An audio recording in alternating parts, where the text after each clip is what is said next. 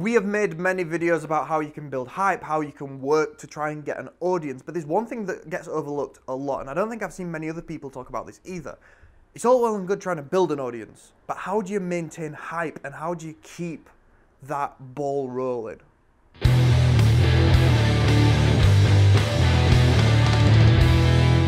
The best way of talking about this is really to use an analogy. So we'll use the snowball analogy because that's generally the best way to talk about traction. If you imagine everything that you do to be a way of rolling up a snowball, it will obviously get bigger and bigger. There are certain things that you can do to increase the size of the ball quicker. So radio play, sync into a film, something like that will make your ball significantly bigger, significantly quicker. But the thing that gets overlooked a lot is how do you keep the ball big? If you look at a graph of interest into you, you will see certain events will make a very big spike in the graph, and then there will be a tail where you will just drop and you will probably go back to what you were previously.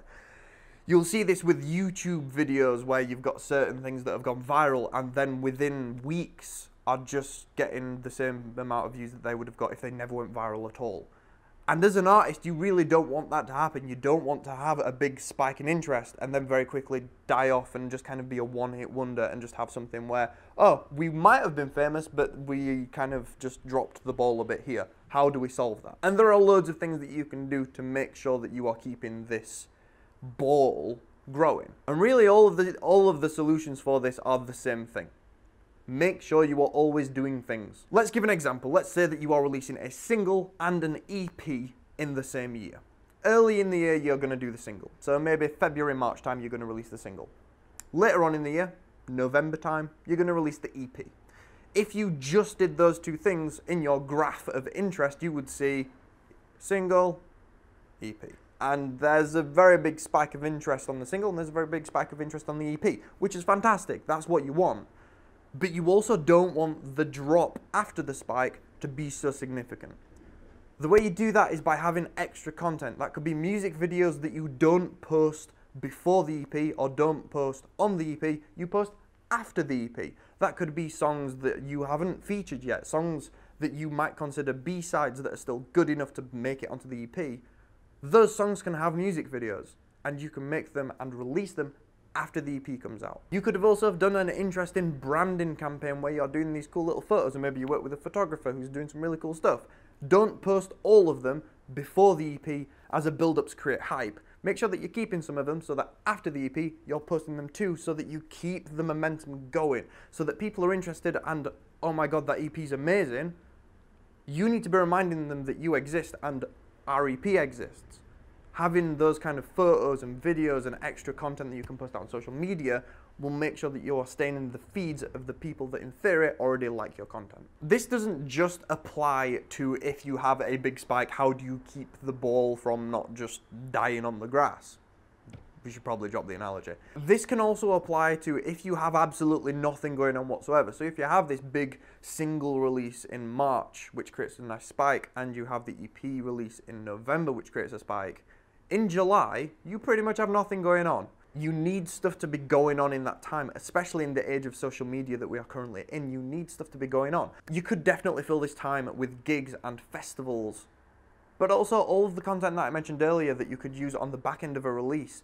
You could have that kind of content that is not necessarily release specific, that you just have constantly to post out whenever nothing else is happening. The reason why I'm kind of rushing just saying the kind of content that you could be using is because this is not about the content that you're posting. This is about the mentality that you're in while creating the content that you're going to be posting. It doesn't matter whether you're creating images or videos or interesting things that I've never even thought about.